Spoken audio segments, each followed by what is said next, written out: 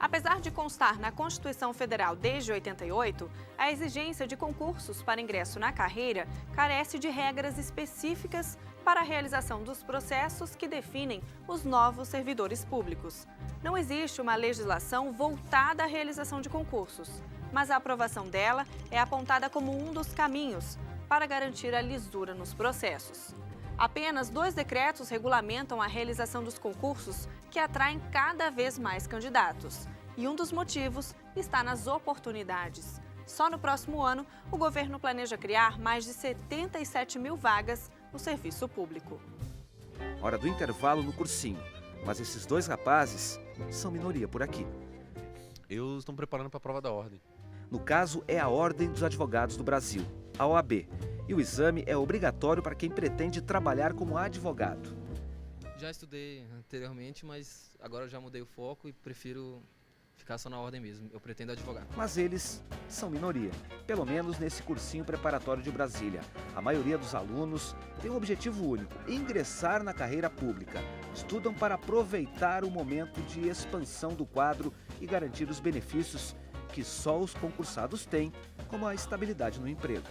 E oportunidade não deve faltar. O governo planeja criar mais de 77 mil vagas no serviço público nos próximos anos. Um aumento de 231% se comparado a 2010.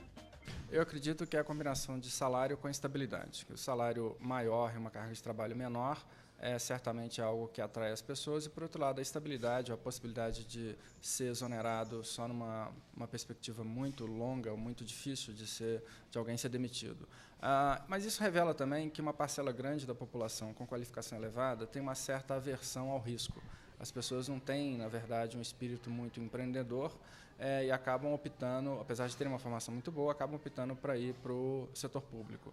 E pode revelar também uma grande dificuldade de ser empreendedor no país. Quer dizer, as pessoas com qualificação elevada, engenheiros, administradores, advogados, que poderiam estar trabalhando no setor privado e gerando riqueza privada e, evidentemente, a possibilidade do próprio Estado arrecadar mais, acabam abrindo mão desse tipo de coisa em função das dificuldades que o setor público causa. E aí cria um paradoxo, porque esses grandes talentos acabam indo para o setor público para criar mais entraves para o próprio setor privado.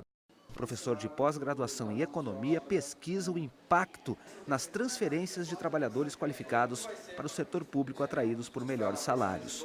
Os resultados da pesquisa vão ser publicados no próximo ano.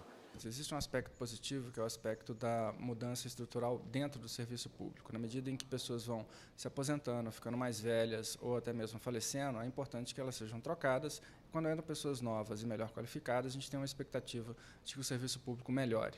Agora, tem algumas distorções da participação do setor público em relação ao setor privado, que o setor público eventualmente pode estar, por exemplo, atraindo talentos importantes do setor privado para o setor público. Isso tem impactos negativos sobre produtividade, inovação e coisas do tipo. E a outra é a própria distorção dentro do setor público com relação à remuneração que são dadas às carreiras. Há uma prioridade para as carreiras burocráticas, principalmente as ligadas à arrecadação, em detrimento de outras carreiras também muito importantes, como a área de defesa nacional e de educação, que pagam bem menos do que as áreas ligadas à arrecadação, por exemplo. O único caminho para quem pretende ingressar como efetivo na carreira pública, os concursos carecem de regras mais claras. Neste ano, o governo federal publicou um decreto definindo normas gerais para os concursos, mas só para o Poder Executivo. Não existe lei regulamentando o assunto, apesar de a exigência de concursos para ingressar na carreira pública estar na Constituição Federal desde a promulgação, em 1988. A Associação Nacional de Proteção e Apoio aos Concursos elaborou uma proposta de projeto de lei para ser apresentada ao governo e ao Congresso Nacional. Para o presidente da entidade, só uma legislação de concursos vai garantir a lisura do processo de seleção.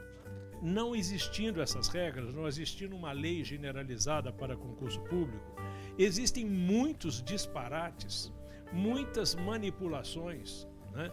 E muitas seleções muito mal organizadas, né? Esse ano, por exemplo, lá no Rio de Janeiro, teve pelo menos 5 concursos que estão suspensos, né? E isso vai sacrificando a credibilidade do concurso público, né? Existem organizações que elaboram as provas que são formadas só para um determinado concurso e depois desaparecem. Quer dizer, na realidade tem que existir uma legislação em que o Brasil inteiro siga essa legislação, né? Por exemplo, para a contratação de uma banca, né, ou de uma empresa organizadora do concurso, tem que haver licitação, não pode deixar de haver. Essas bancas têm que mostrar na sua constituição societária ou no seu patrimônio humano, né, pessoas com muita experiência na área para poder dar credibilidade, né? Outra coisa, essas bancas, essas organizadoras, elas têm que ter um patrimônio que seja suficiente para suportar perdas e danos causados para os candidatos. Se ela, por exemplo, há um concurso do Correio com 1 milhão de candidatos, que vai ser cancelado agora, né? Então, a banca examinadora tem, vamos dizer assim, lastro para poder arcar, vamos supor, com indenizações sobre isso? Outra preocupação é com as fraudes. Segundo a Polícia Federal, foram encontradas irregularidades em 75 concursos realizados desde 1994. Boa parte das denúncias de irregularidades chega à Procuradoria da República. Uma das condições, um dos fatores estruturais dessas fraudes é a ausência de fiscalização.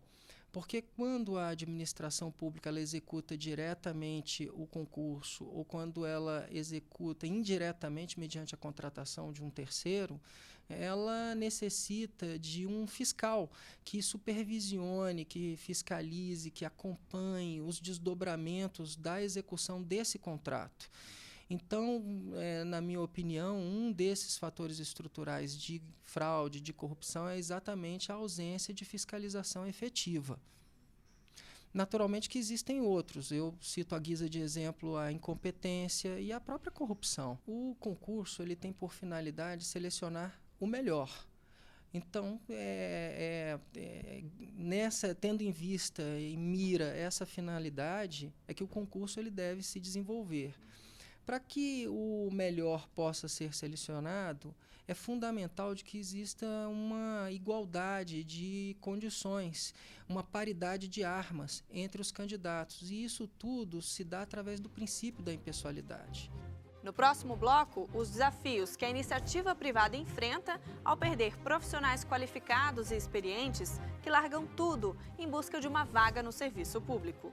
Você pode encaminhar a sua sugestão para o programa? O endereço é repórter.justiçasemcedilha@stf.jus.br.